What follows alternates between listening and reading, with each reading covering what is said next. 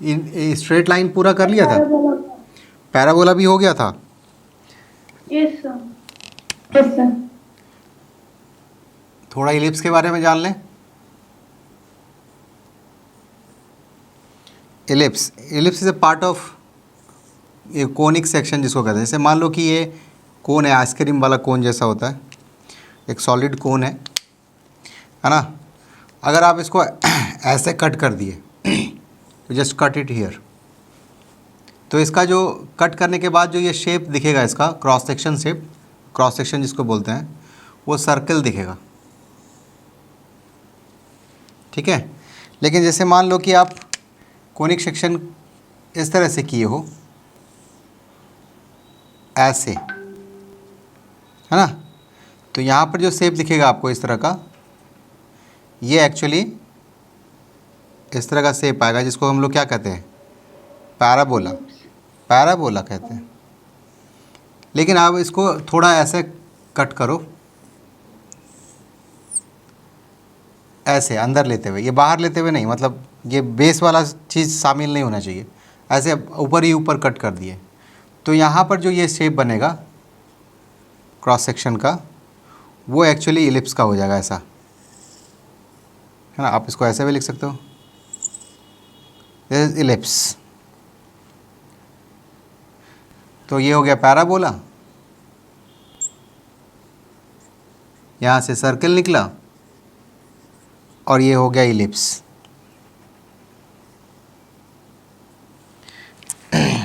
Ellipse के बारे में थोड़ा बहुत जान लेते हैं हम लोग, इलिप्स के कैसा होता है। इफ दिस इज इलिप्स,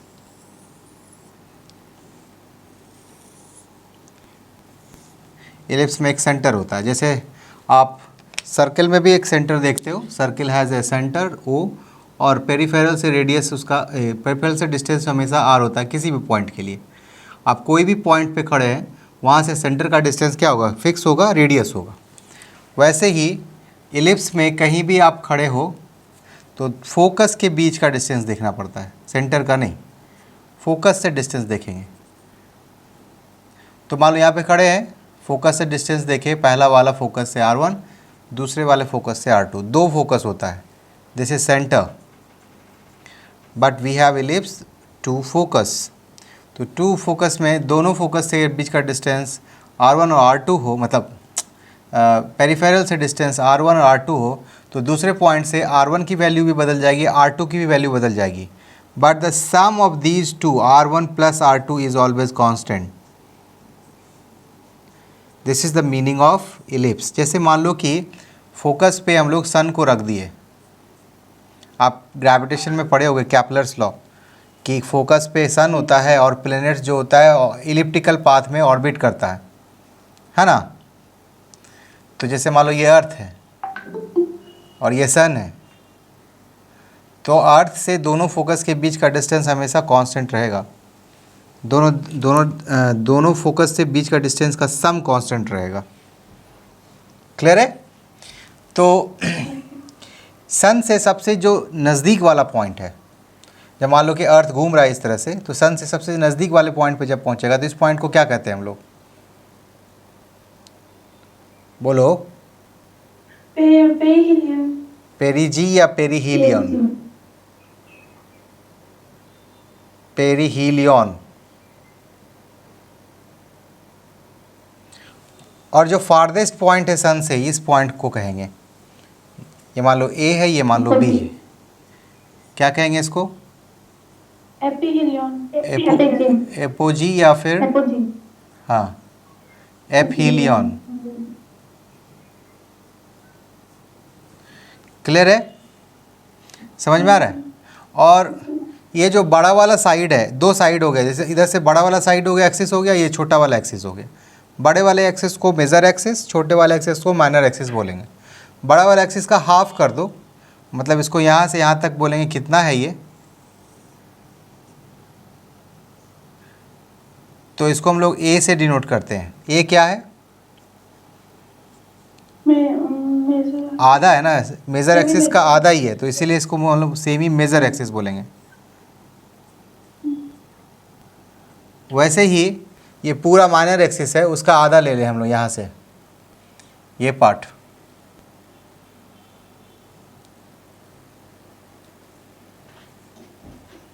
ये पार्ट को हम बी कहेंगे। तो बी क्या हो गया? Semi minor axis. ठीक बात है। और एक टर्म होता है एसेंट्रिसिटी।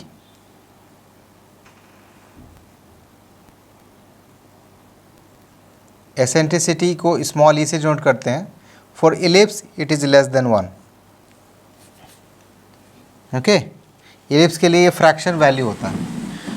तो सन से सेंटर का डिस्टेंस बता सकते हो कितना होता है? या मतलब फोकस से सेंटर का डिस्टेंस।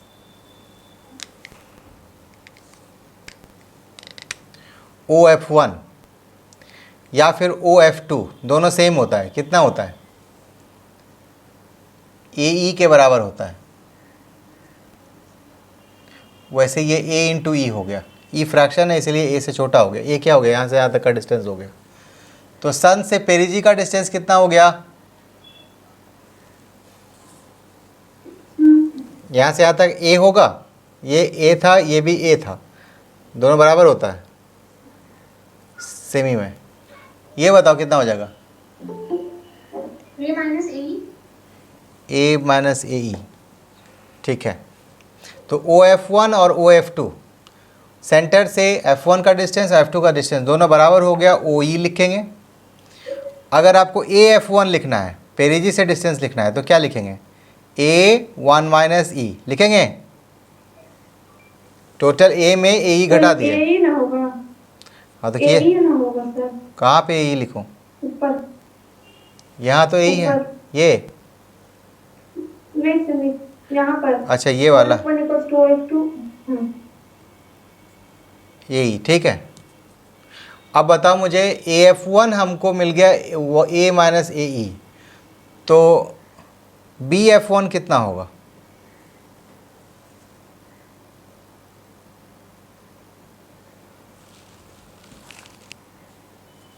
यहाँ से यहाँ तक कितना है? A। फिर ये कितना है? A plus E। तो A1 plus E। Plus what is E value? E का वैल्यू निकालते हैं A square minus b square divided by A square. याद रखना जो बड़ा है उसमें से छोटा को घटाएंगे। ठीक है। This is value of eccentricity. और यहाँ पे रख देंगे तो हमको सारा डिस्टेंस निकल जाएगा। क्लियर है? नाउ सेंटर को अगर हम ओरिजिन मान लें, इसको एक्स एक्सिस और इसको वाई एक्सिस, और कोई पॉइंट हो जिसको एक्स और वाई से डिनोट कर रहे हैं, तो equation of this path, elliptical path, जिसको हम लोग इक्वेशन ऑफ इलिप्स भी कहेंगे, इक्वेशन ऑफ इलिप्स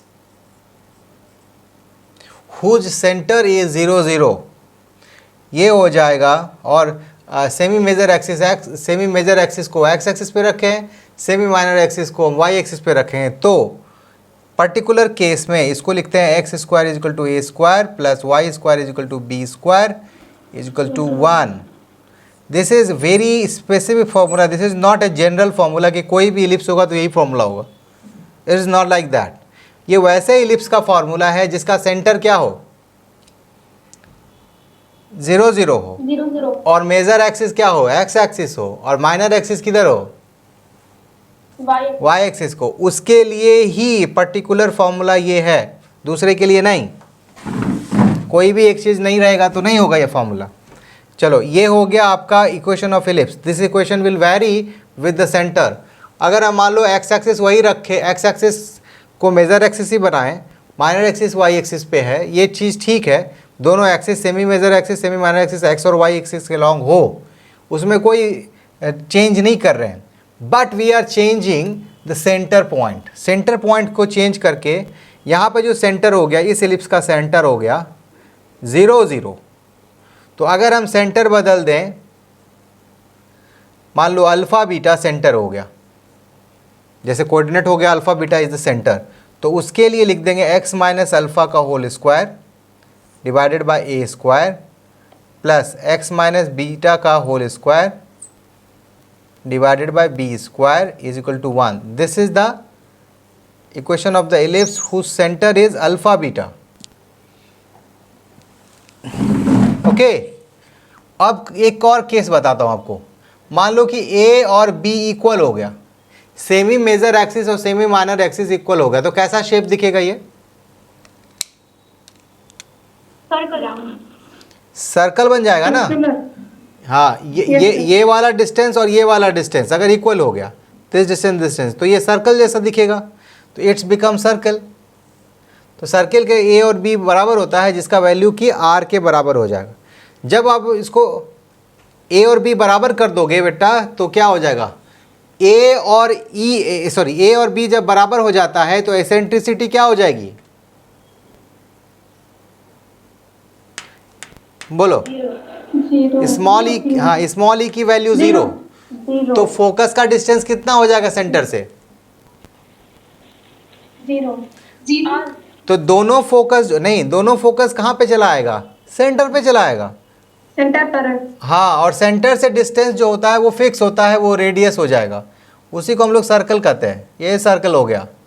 तो सर्कल में ये हो गया, दोनों फोकस एक ही पॉइंट पे चलाया और वो सेंटर पे बन गया, और डिस्टेंस जो हो जाएगा इसको हम लोग रेडियस कहेंगे। ए और बी इक्वल हो गया तो ये आर के बराबर हो जाएगा। ठीक है। Now equation becomes what? अगर ए और बी इक्वल हो दे, इसको आर लिख दो, इसको आर स्क्वायर कॉमन लेके उधर कर दो, तो क्या हो जाएगा? X square plus y square is equal to r square. This is equation of a circle जिसका सेंटर क्या है? ओरिजिन हो, याद रखना है, सेंटर इज ओरिजिन। अगर सेंटर अल्फा बीटा हो गया ओरिजिन के बदले में, तो क्या लिखेंगे? X plus x minus beta whole square equal to r square. Very good, is equal to r square, where r is what? Radius.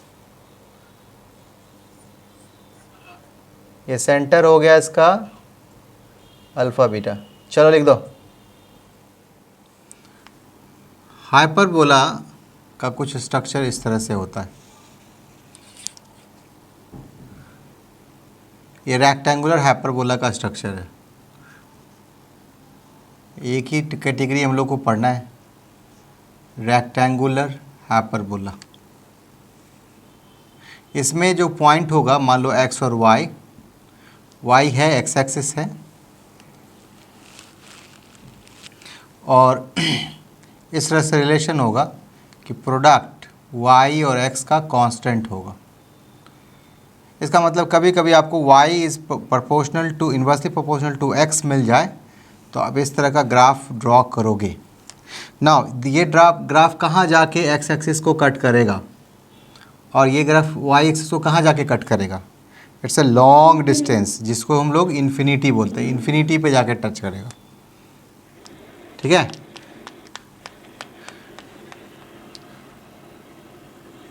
मतलब टच नहीं करेगा, चलता चला जाएगा पैरेलल। नेक्स्ट हाइपरबोला हो गया। अगर मान लो कि आपको ग्राफ कभी कभी आपको, जैसे आप ग्रेविटेशन लॉ में या फिर कुलम्स लॉ में देखते होगे, the force is inversely proportional to the square of the distance between them. तो अगर y is proportional to the inversely proportional to square के कुछ प्रोपोर्शनल हो जाए, ऐसे y inversely to x square, तो इसका ग्राफ कैसे खींचेंगे? बताओ। इसके ग्राफ के लिए सिंपली y होगा, x होगा, तो जैसा इसका है वैसा ही होगा, क्योंकि x का वैल्यू बढ़ाओगे y की वैल्यू डिक्रीज़ होगी, तो ये कुछ ऐसा इस तरह का दिखेगा। सेम होगा। अगर लेकिन कंपेयर करोगे, अगर कंपैरिजन करोगे, तो ये थोड़ा नीचे से जाएगा, ऐसे x के कम वैल्यू पे ही ज़्यादा डिक्रीज़ होना शुरू हो जाएगा। ठीक है। तो ये हमेशा y, ये जिसे कंपेयर करेंगे, तो अगर कंपेयर करते हैं तो, नहीं तो एक ही जैसा लगभग दिखता है। क्लियर है?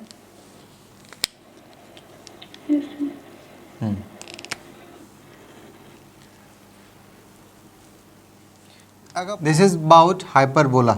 इतना है ग्राफ हम लोग देख लिए कोऑर्डिनेट ज्योमेट्री में, इतना काफ़ी है जितना हम लोग पढ़े। अब हम लोग आते हैं एक टर्म पे, बहुत ही इम्पॉर्टेंट टर्म है स्लोप।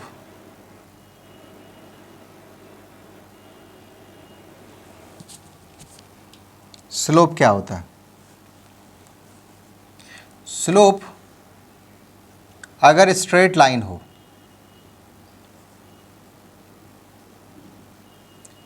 और स्लोप अगर कर्व लाइन हो, कर्व पे स्लोप कैसे देखेंगे और स्ट्रेट लाइन का स्लोप कैसे देखेंगे? स्ट्रेट लाइन का जो स्लोप होता है वो यूनिफॉर्म होता है, कांस्टेंट होता है, किसी भी पॉइंट पे देखोगे the slope is not going to change. Curve line में जो होगा स्लोप नॉन यूनिफॉर्म होगा, नॉन यूनिफॉर्म स्लोप। ज़रूरी नहीं कि कांस्टेंट रहे स्लोप, स्लोप चेंज कर सकता है पॉइंट बाय पॉइंट। अब स्ट्रेट लाइन का मतलब हो गया, जैसे मान लो इसमें वाई एक्सेस और एक्स एक्सेस खींच दिए और कोई भी ऐसा कोई स्ट्रेट लाइन हो, कांस्टेंट स्लोप होने का मतलब है कि आप पॉइंट बदलिएगा, यहाँ से यहाँ चले आइए, यहाँ से यहाँ चले आए, यहाँ चले आए, तो हर पॉइंट का स्लोप इस लाइन का स्लोप के बराबर होगा। इस लाइन का स्लोप होगा एक्सिस से एंगल कितना बना रहा है थीटा, वो इसका स्लोप होगा, है ना। एक और पॉइंट बताए थे, मान लो कि इस पे दो पॉइंट हो, एक हो x2 y2 और एक पॉइंट और ले लिया हम लोग x1 y1,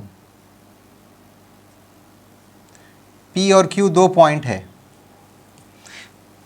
तो स्लोप इज इक्वल टू क्या हम tan थीटा लिख सकते हैं? स्लोप को हम स्मॉल m से डिनोट करते हैं। और स्ट्रेट लाइन का स्लोप एक और बताया था आपको, क्या बताओ?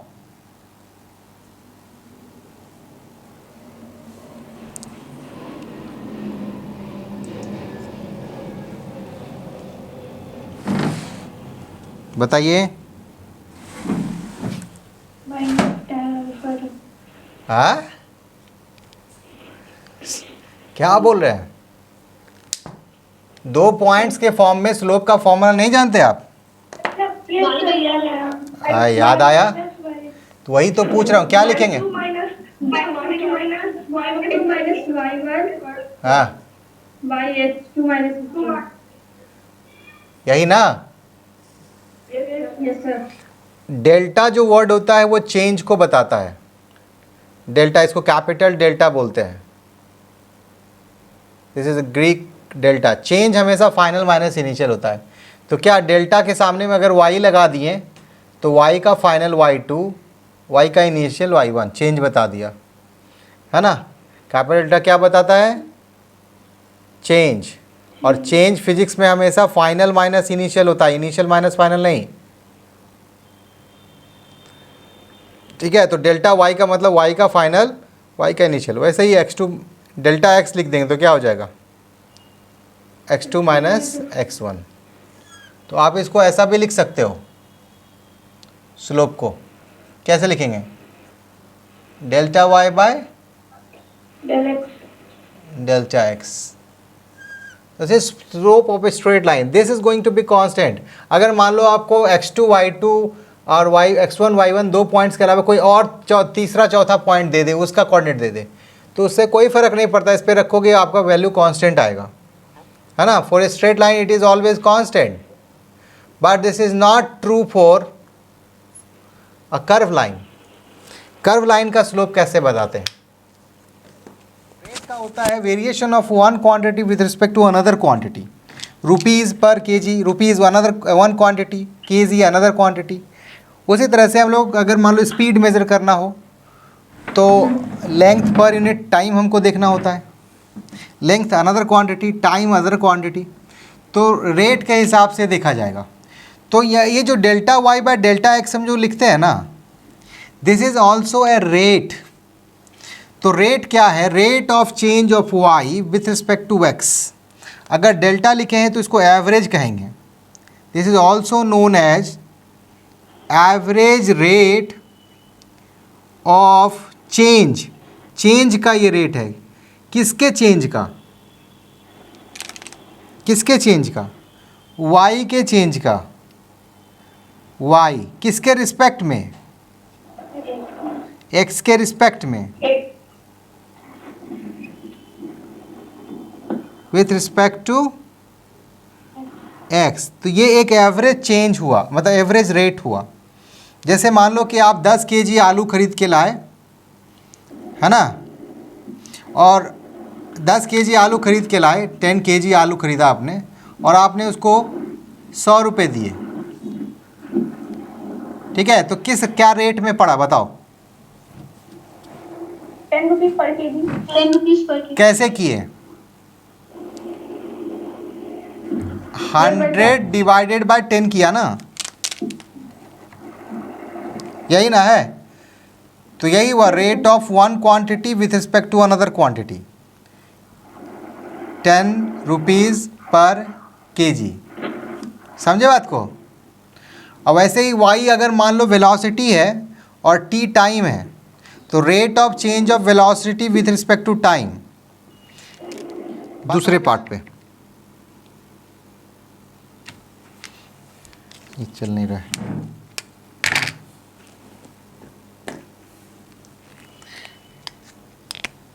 Curve line, slope on a curve line, थोड़ा सा लिख लो नीचे, slope of a curve line.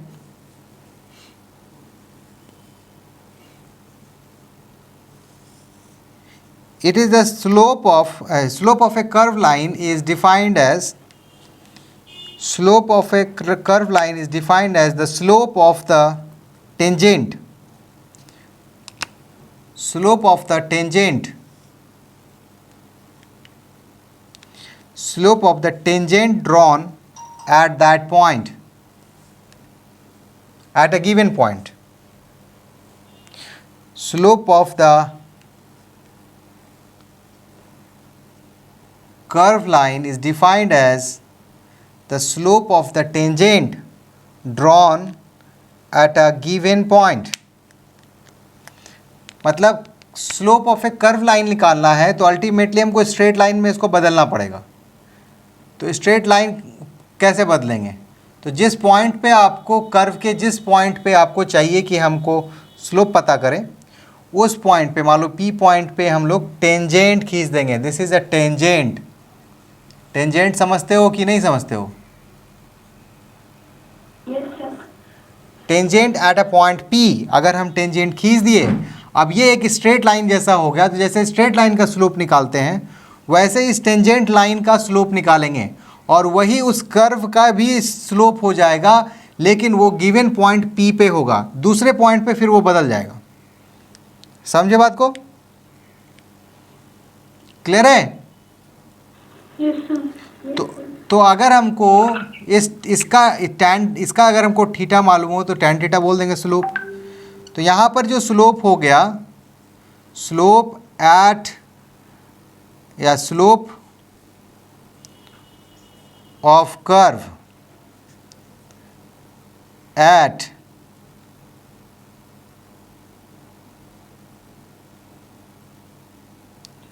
Slope of curve at point P given हो, किस पॉइंट पे हमको कर्व स्लोप निकालना, इज इक्वल टू क्या लिखेंगे? स्लोप ऑफ द टेंजेंट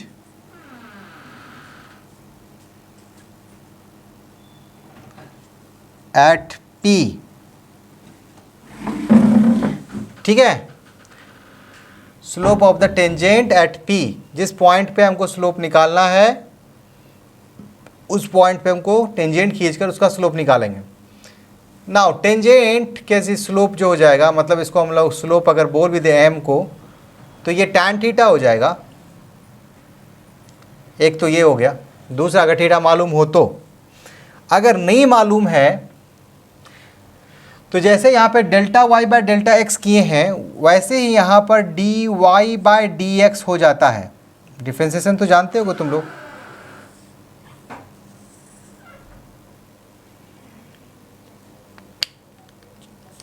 नहीं आया समझ में?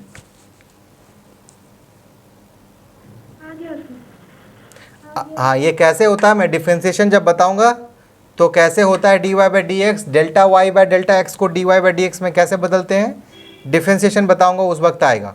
अभी ये समझो कि अगर आपको slope of the curve line निकालना है तो हम टेंजेंट डाल देंगे। अगर टेंजेंट का हमको थीटा मालूम चल गया है तो टेन थीटा डायरेक्ट स्लोप हो गया, I don't have any problem with that. अगर ऐसा नहीं कर सकते तो हम क्या करेंगे, dy बाय dx निकालेंगे। किस पॉइंट के लिए, p पॉइंट के लिए। ये इसको हम लोग डिफ्रेंसिएशन कहते हैं,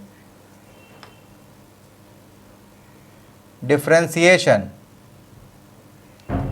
of y with respect to x। अब इसका एक मतलब और समझो। अब जिस तरह से ये delta y by delta x जो average rate of change of y with respect to x था, वैसे dy बाय dx भी रेट है। इसको भी रेट कहेंगे, rate of change of y with respect to, किसके रिस्पेक्ट में, x के रिस्पेक्ट में। तो कैसा रेट है, ये एवरेज रेट है, तो ये वाला रेट को हम लोग इंस्टैंटेनियस रेट कहते हैं, कि उसमें इसमें पॉइंट चेंज हुआ नहीं है, एक ही पॉइंट है, उसमें 2 पॉइंट है। Instantaneous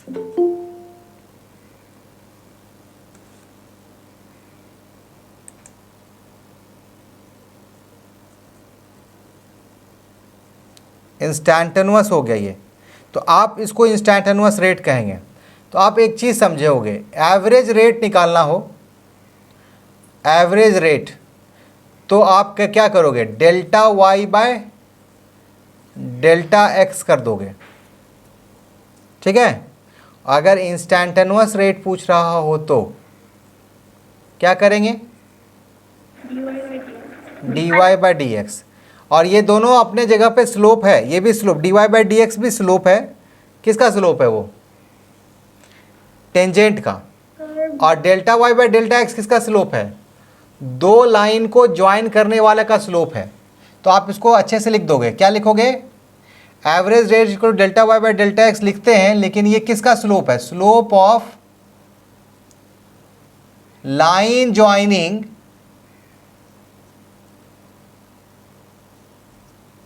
two points.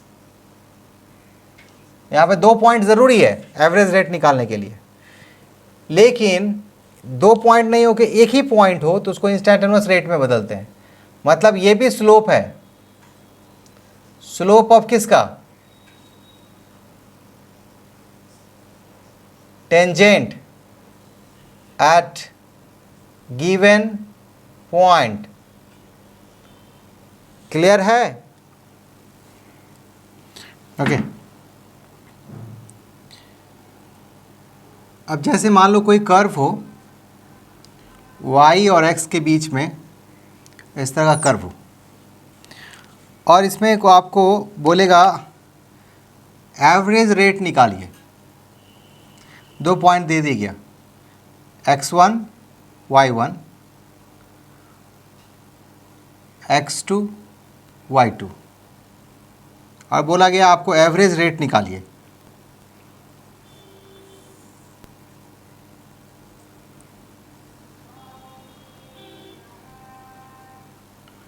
How will you approach it? Average rate का मतलब क्या होता है, अभी लिखे थे यहाँ पर, जल्दी पढ़ो उसको, क्या पढ़े थे, delta y by delta x। नहीं कुछ लिखे थे वो पढ़ो। It is the slope of what, it is the slope of line joining the 2 points. नहीं लिखे, अरे लिखते हो कि नहीं, कि छोड़ देते हो आधा आधा। हाँ तो क्या लिखे हैं, क्या लिखे हैं, हाँ लाइन ज्वाइनिंग द 2 पॉइंट्स का स्लोप देखना है। देखना लाइन का स्लोप ही है, लेकिन लाइन ज्वाइनिंग द 2 पॉइंट्स के स्लोप देखना है। तो मान लो ये लाइन ज्वाइनिंग है ऑफ द 2 पॉइंट्स, मान लो ये P पॉइंट है, ये Q पॉइंट है, तो पी क्यू को मिलाने वाला का लाइन ज्वाइनिंग का स्लोप देखना है। अब ये स्लोप कैसे निकालेंगे, स्लोप के लिए तो थीटा तो हमको है नहीं, लेकिन लाइन ज्वाइनिंग का स्लोप हम जानते हैं क्या होता है। 2 पॉइंट्स का स्लोप निकालना तो आसान है आपके लिए। कैसे, y2 minus y1 y1 divided by x2 minus x1। आप इसको दूसरे तरीके से भी कर सकते हैं, मान लो वो नहीं जानते हैं फॉर्मूला, तो हम यहाँ से इस पर परपेंडिकुलर डाल दिए, यहाँ पे इस पर भी परपेंडिकुलर इधर डाल दिए। अब ज़रा बताओ कि ये क्या लिखूँ? x1 ये x2 ये वाला 2 y1 y2 ये कितना हो गया? del x del x x2 minus x1। अगर मैं इसको यहाँ से परपेंडिकुलर इसके ऊपर डाल दूँ, बोलूँ m, और ये pm कितना हो गया? x2 minus x1 अच्छा, डेल्टा x लिख सकते हैं कि नहीं? जी सर। और अगर हम बोलूँ qm कितना हुआ तो क्या बोलोगे? y2 minus y1 delta y। del y yes sir। अब ट्रायंगल आपका देखो, राइट एंगल ट्रायंगल PMQ है, दिख रहा है? जी सर। और मैं बोलूँ ये एंगल बताइए कितना होगा?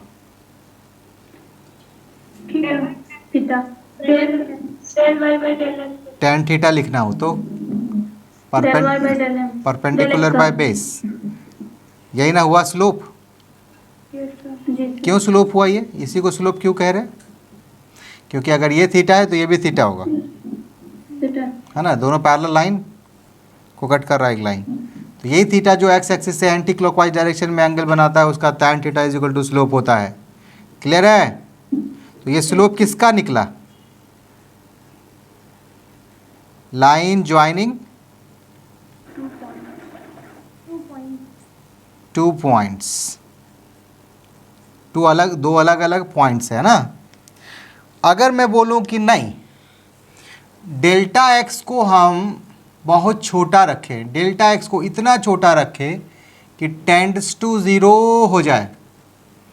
टेंड्स टू ज़ीरो का मतलब 0.0000000000000 और ज़ीरो और भी ज़ीरो और 1, समझे? इतना छोटा, ठीक है?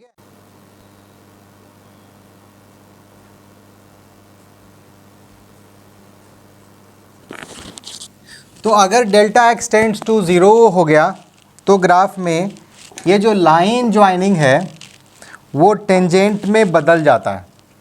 आप ऐसे सोचो, मैं आपको एक सिचुएशन यहाँ इधर समझाता हूँ कि जैसे मान लो कि ये कर्व लाइन है और ये पॉइंट P है, ये पॉइंट Q है, तो ये लाइन ज्वाइनिंग हो गया P और Q का, ये डिस्टिंक्ट लाइन हो गया। मैं बोलूँ कि डेल्टा एक्स को ज़ीरो करना है। डेल्टा एक्स को ज़ीरो करने के लिए मतलब क्या होना है? x2 और x1 के बीच में ज़्यादा डिफरेंस नहीं होना। तो x2 दोनों का डिफरेंस जब कम होगा तो हम ऐसा सोच रहे हैं कि x2 जो है वो x1 की तरफ भाग रहा है, मतलब it's tended towards x1। When delta x tends to zero, इसका मतलब q पॉइंट को हम लोग मूव कर रहे हैं p पॉइंट की तरफ। व्हेन q टेंड्स टू, इसको हम लोग टेंड्स टू लिख रहे हैं, टेंड्स टू p, तो डेल्टा x जो भी है वो भी टेंड्स टू ज़ीरो की तरफ होगा।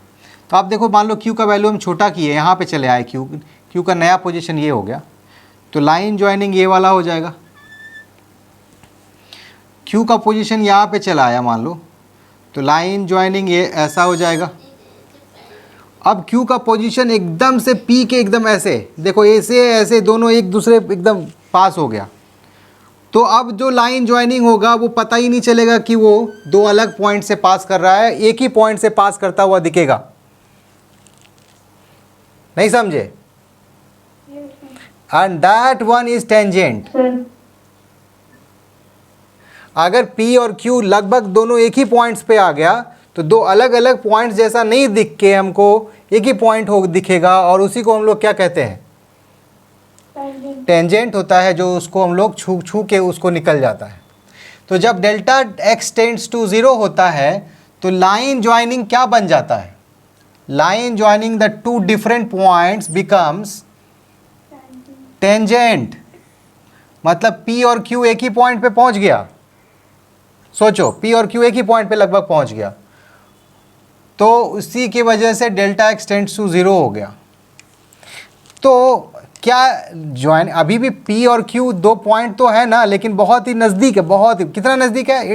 It's very very very very close, but है तो अलग अलग, तो एवरेज तो अभी भी निकाल सकते हैं। अगर मैं बोलूँ average rate of change of y with respect to x, तो delta y by delta x। But हमने क्या किया, एक कंडीशन लगाया है इसमें कि भाई डेल्टा x को ना बहुत छोटा कर दिए। कितना? बहुत छोटा, टेंड्स टू 0 छोटा। तो इसको हम लोग इस तरह से लिखेंगे, ये हो गया स्लोप उसका, किसका? जो कि सिर्फ p और q जो बहुत नज़दीक आने के बाद बन गया है। स्लोप ऑफ क्या? Slope of tangent. नहीं समझ में आया तो बोलेंगे। हमने क्या बोला कि दो लाइन को ज्वाइन करने वाला का स्लोप निकालना हो तो delta y by delta x लिखते हैं, है ना। तो हमने तो delta y by delta x लिखा ही है, दो पॉइंट को ज्वाइन करने वाला। लेकिन कंडीशन क्या लगाए हैं हम लोग? डेल्टा x टेंड्स टू 0, मतलब p बहुत q के नज़दीक हो तो वो जो लाइन ज्वाइनिंग है वो टेंजेंट बन जाता है। तो जो लाइन ज्वाइनिंग का स्लोप था वो अब किसका स्लोप बन जाएगा? Slope of tangent. समझे कि नहीं समझे? तो अब यहां से हमको स्लोप ऑफ टेंजेंट मिलना आसान हो गया। मैथमेटिक्स सेज, ये एक लिमिट है, मैथमेटिकल टर्म है। ये कहता है कि अब आप इसको dy बाय dx लिख सकते हैं। This becomes slope of tangent. अब ऐसा सोचो कि डेल्टा इज ऑल्सो, डेल्टा जो है, डेल्टा क्या बताता? अभी बताए थे, डेल्टा क्या बताता है? चेंज को बताता है। चेंज, अ बिगर चेंज, बड़े चेंज को बताता है। लेकिन इसी को छोटा फॉर्म में डी कहते हैं। डी भी चेंज बताता है। कैसा चेंज बताता है? ऐसा चेंज जब समथिंग इज टेंड्स टू 0 जब हो जाए ना, तो उसको हम लोग उसको डी से कन्वर्ट कर देते हैं, डेल्टा को डी लिखना शुरू कर देते हैं। It's a infinitesimal small change. इसको डिफरेंशियल चेंज भी कहते हैं, इनफाइनेटिसिमल स्मॉल चेंज। चेंज कैसा? इनफाइनाइट, या फिर इसको सिंपली डिफरेंशियल चेंज लिखो ना, काफ़ी है। Differential change. और डिफरेंशियल चेंज कब होता है? जब something is going to tends to 0। Clear है? अब यहां से आएगा वैल्यू कि dy बाय dx का वैल्यू कैसे निकालेंगे? तो वो dy बाय dx निकालने के लिए y पे डिपेंड करेगा कि y हमको क्या दिया है। अब y में भी एक्स स्क्वायर, जैसे ये कर्व है ना, ये कर्व के हिसाब से उसका अपना एक इक्वेशन होगा। y में भी एक्स स्क्वायर, y में भी e to the power x, y में भी x to power cube, y में भी a quadratic equation, y में भी any linear equation, y में भी anything which depends upon x that can be differentiated। और इसी को हम लोग डिफरेंशिएशन भी कहते हैं। डिफरेंशिएशन।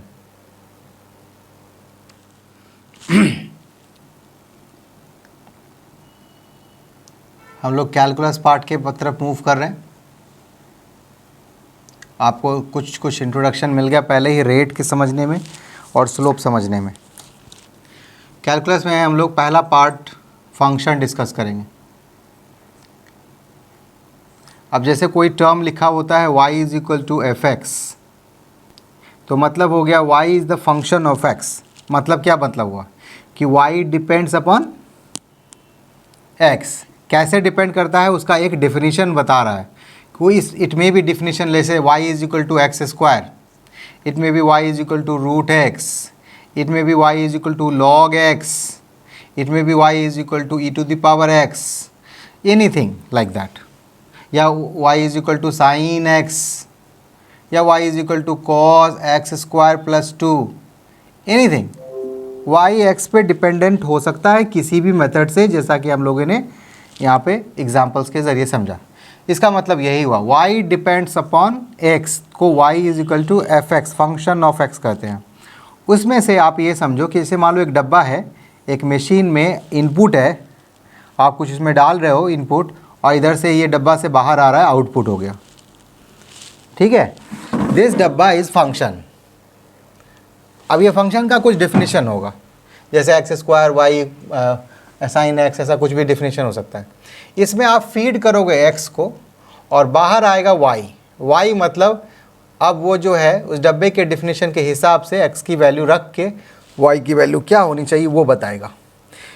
तो जो इनपुट है वो आप अपनी मर्ज़ी से रख रहे हो, लेकिन आउटपुट आपकी मर्ज़ी से नहीं आ रहा है, उस डिब्बे का जो डिफिनीशन है उसके हिसाब से आ रहा है। तो यहाँ पर एक्स वाई दोनों वेरिएबल हैं, लेकिन एक्स को हम लोग क्या कहेंगे, इंडिपेंडेंट वेरिएबल। ये इंडिपेंडेंट है, ये अपनी मर्जी से आप चूज कर रहे हैं, इंडिपेंडेंट वेरिएबल। और y का वैल्यू भी है वेरिएबल, बट वो किस पे डिपेंड होके आ रहा है, x पे डिपेंड होके आ रहा है। y का वैल्यू कुछ भी नहीं हो सकता, x का वैल्यू कुछ भी कर सकते हैं हम लोग, y का वैल्यू कुछ भी नहीं हो सकता। तो वह x पे जो डब्बे में डिफिनीशन है उसके हिसाब से ही आएगा। तो इसको बोलेंगे डिपेंडेंट वेरिएबल। तो फंक्शन क्या कहता है कि function is a relation. Function ये क्या है, ये रिलेशन बताता है किसके किसके बीच का, एक डिपेंडेंट वेरिएबल और इंडिपेंडेंट वेरिएबल का, ठीक है। Function is a relation between dependent variable and independent variable. अब इसका देखो मतलब क्या होता है। जैसे y is equal to F x is equal to x square plus 2 दे दिया गया। दिस इज ए फंक्शन, मतलब x की वैल्यू पुट करते जाओ, y की वैल्यू निकलती जाएगी। तो अगर हम लोग x का वैल्यू 1 पुट किए तो y की वैल्यू कितनी हो जाएगी, f1 कितना हो जाएगा, 1 स्क्वायर प्लस 2 3। वैसे f का वैल्यू अगर 2 पुट किए तो 2 स्क्वायर प्लस 2 6। हाँ, ऐसा वैल्यू पुट कर सकते हैं ना, कुछ भी इस तरह का वैल्यू पुट करते जाएंगे, वैल्यूज़ निकलता जाएगा। तो यही f1 f2 जो y का वैल्यूज़ है जो कि डिपेंडेंट है और अपनी मर्ज़ी से आप चूज़ कर रहे थे 1 2, वो आपका इंडिपेंडेंट है, ठीक है, समझे। अब हम लोग सीधा डिफरेंशिएशन पे आते हैं। डिफरेंशिएशन, जैसे y is equal to F x है ना, और हम इसको लिख सकते हैं dy बाई डी एक्स। तो इधर भी डिफरेंशिएशन लिखेंगे d बाई डी एक्स और एफ एक्स। सबसे पहली बात, डिफरेंशिएशन जो होता है क्या चीज़ बताता है, दो चीज़ बताता है। क्या दो चीज़ बताता है, बता सकते हो।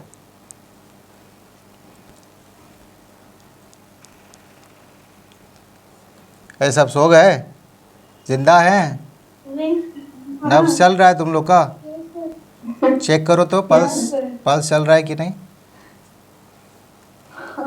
हाँ बताओ, dy बाई डी एक्स क्या दो चीज़ को रिप्रेजेंट करता है, अभी पढ़े रे। अभी पढ़े,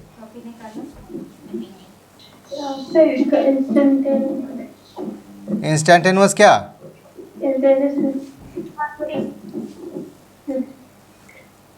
और क्या रिप्रेजेंट करता है, कुछ नहीं, सब सो रहे हैं। टीवी चल रहा है, एक समाचार पढ़ने वाला न्यूज़ पढ़ा जा रहा है ना। स्लोप, किसका स्लोप है,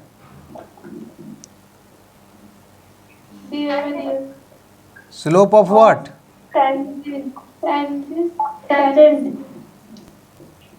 ऑन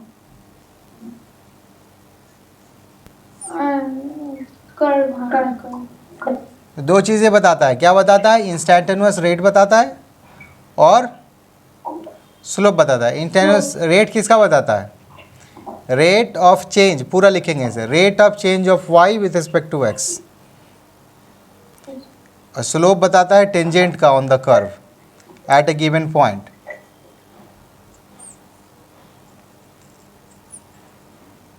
चल बता, अगर हम लोग dy बाई डी एक्स का फॉर्मूला अप्लाई करें, हमको कैसे होता है फिर फॉर्मूला जानना है ना। हालांकि actually dy by d x को ऐसे भी रिप्रेजेंट करते हैं।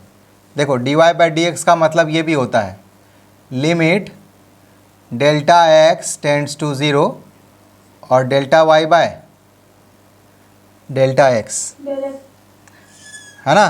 तो इसका मतलब क्या हुआ बाबू, इसका मतलब हुआ कि average rate delta y by delta x क्या हुआ, average rate. Average rate becomes instantaneous rate when हाँ when delta x tends to 0। चलो इसमें लिख लो नोट में, बहुत ही इंपॉर्टेंट नोट है, बहुत ही इंपॉर्टेंट नोट है, लिखेंगे average rate becomes instantaneous rate when delta x tends to 0।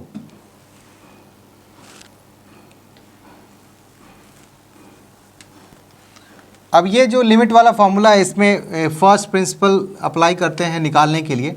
उतना हमको जानना है नहीं, मैथमेटिक्स तो पढ़ नहीं रहे, हमको सिर्फ फिजिक्स में क्या काम आएगा उतना ही पार्ट हम लोग देखेंगे। तो फार्मूलाज हम लोग रट्टा मार लेंगे, है ना। सुबह 3 बजे उठना है, घोड़ के पी जाना है। तो आपको याद भी होगा, सब कोई रिपीट करेंगे। अगर मैं dy बाई डी एक्स लिखूँ, साइन x लिख दूँ, तो क्या हो जाएगा फॉर्मूले में, cos x। छोटा छोटा फॉर्मूला है, जल्दी जल्दी हम लोग कर लेंगे। cos x minus sine x minus sine x d by d x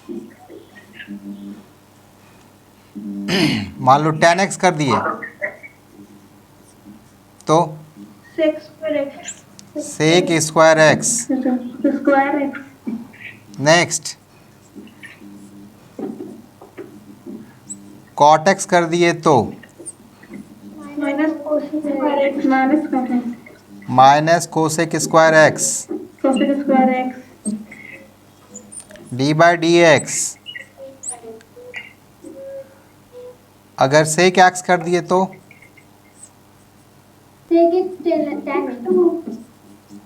sec x tan x. Okay, d by d x cosec x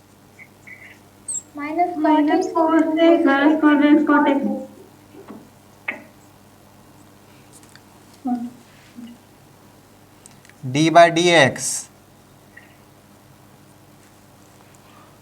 e to the power x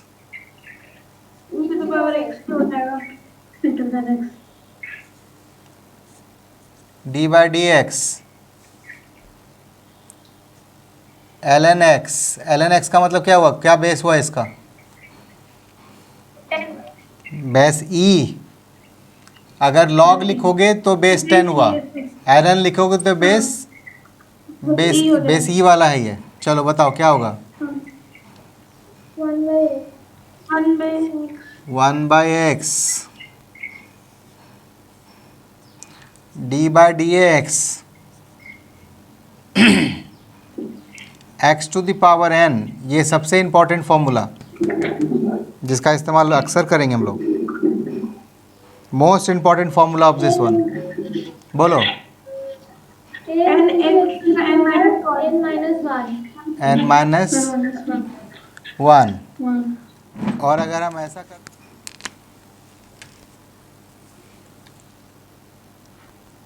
ये प्रॉपर्टीज़ है। अगर मान लो फंक्शन x का differentiation करना है और इसमें कोई कांस्टेंट मल्टीप्लाई हो,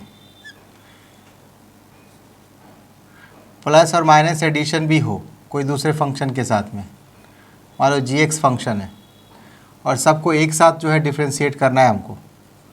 डी बाई डी एक्स क्या कर सकते हैं बताओ? एक एक करके मतलब ये रूल्स है। रूल नंबर 1 कि हम इसमें पहले कांस्टेंट को बाहर रख सकते हैं। ए अगर कांस्टेंट है तो डिफ्रेंशिएशन साइन से बाहर आ जाएगा, तो डी बाई डी एक्स लिख देंगे और इसको अलग अलग करके लिख सकते हैं, सेपरेट करके। बी फिर कांस्टेंट है, फिर बाहर रखेंगे उसको। क्या बात समझ में आई? ओके। और क्या रूल है? अगर मान लो कि आप दो फंक्शन देख रहे हैं एफ एक्स और जी एक्स, हम एक्स चलो हाइड कर रहे हैं, एक्स को सिर्फ एफ इंटू जी लिख रहे हैं, वही मतलब हुआ है वही कि एफ और जी है। डी बाई डी एक्स करना हो, क्या फॉर्मूला इस्तेमाल करेंगे? डी बाई डी एक्स मतलब g into by d x into f f into d by d x g plus c into d by d x. एक हाँ ठीक ठीक ठीक है, एफ को छोड़ दिए और जी को डिफ्रेंशिएट कर रहे हैं किसके रिस्पेक्ट में? एक्स के रिस्पेक्ट में। प्लस जी को छोड़ दिए, फिर एफ को डिफ्रेंशिएट करेंगे एक्स के रिस्पेक्ट में, यही ना? Yes sir. ये रूल नंबर 2 हो गया। रूल नंबर 3, अगर मान लो f बाई जी रहता तो क्या करते? सो वही करते हो जैसे हम मल्टीप्लाई माइनस कर डिवाइड कर देते हैं, यह जी स्क्वायर हो जाता है और वैसा ही होता है।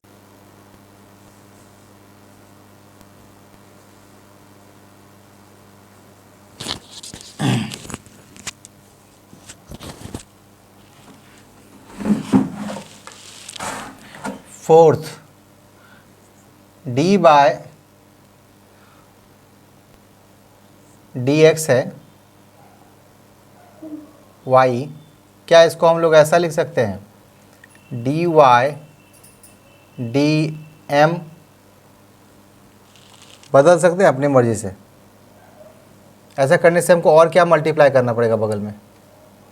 ऊपर में डीएम मल्टीप्लाई करना पड़ेगा, dm by dx. dm by dx, this is called chain rule. ये भी बहुत इंपॉर्टेंट है।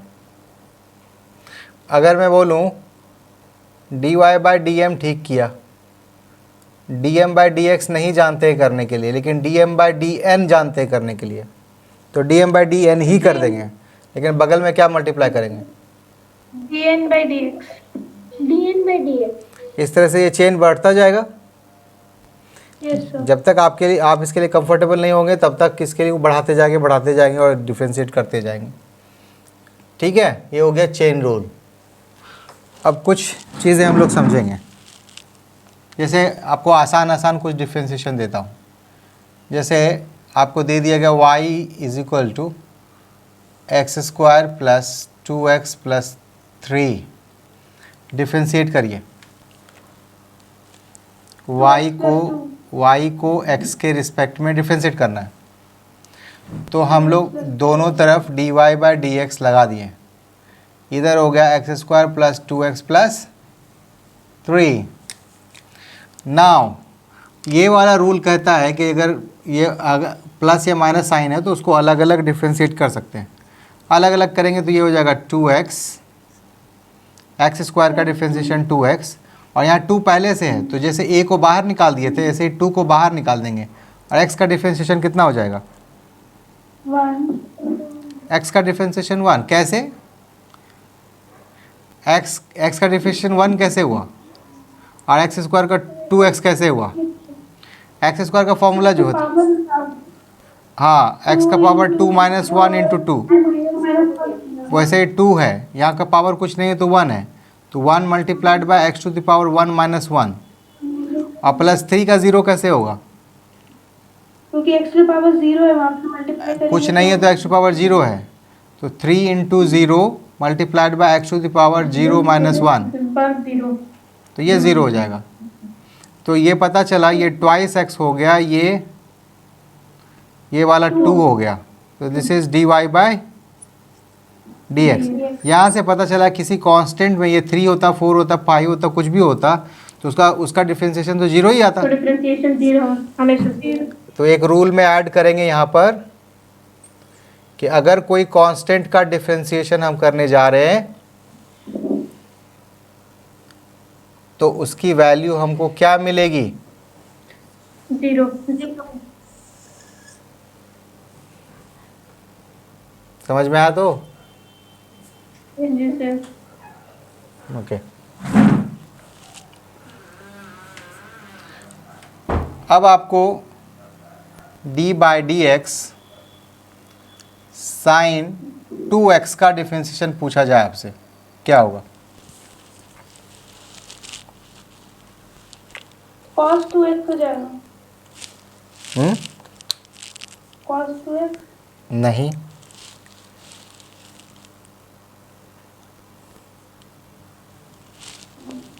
और सोचो,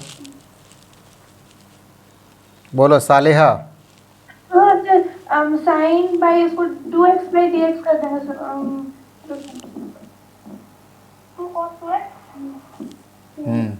2 cos 2x। cos 2x plus x plus 2।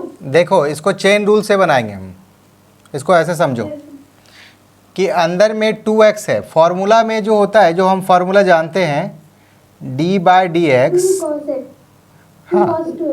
हाँ 2 cos 2x करेक्ट है।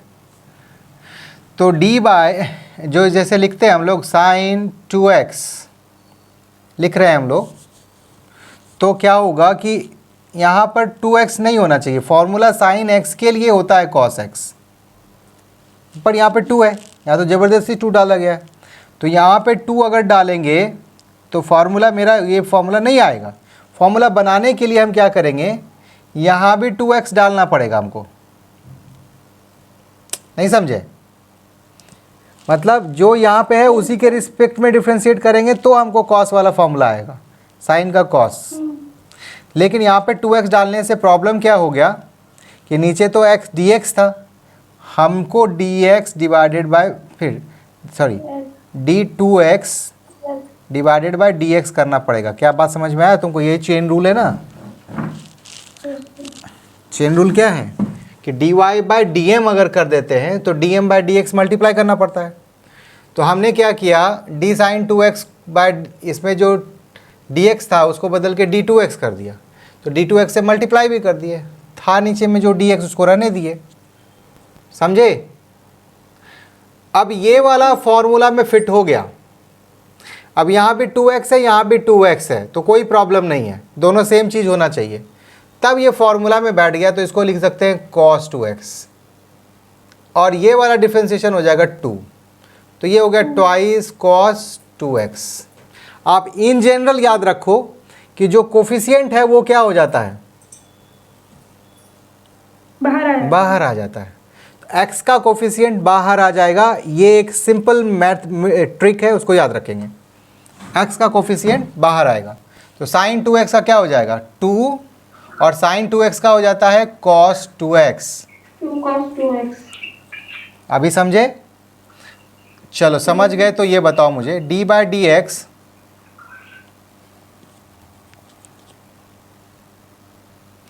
साइन 2x प्लस 3, इसका क्या हो जाएगा? So cos 2x plus 2 cos plus cos 2x. Sorry sir, 2 cos 2x plus 3. इसका भी कोफिशिएंट बाहर आ जाएगा 2, और साइन का बन जाएगा cos 2x plus 3।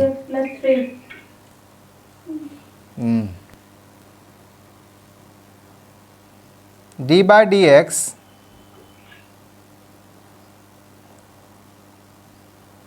Sine square x, इसका कितना हो जाएगा?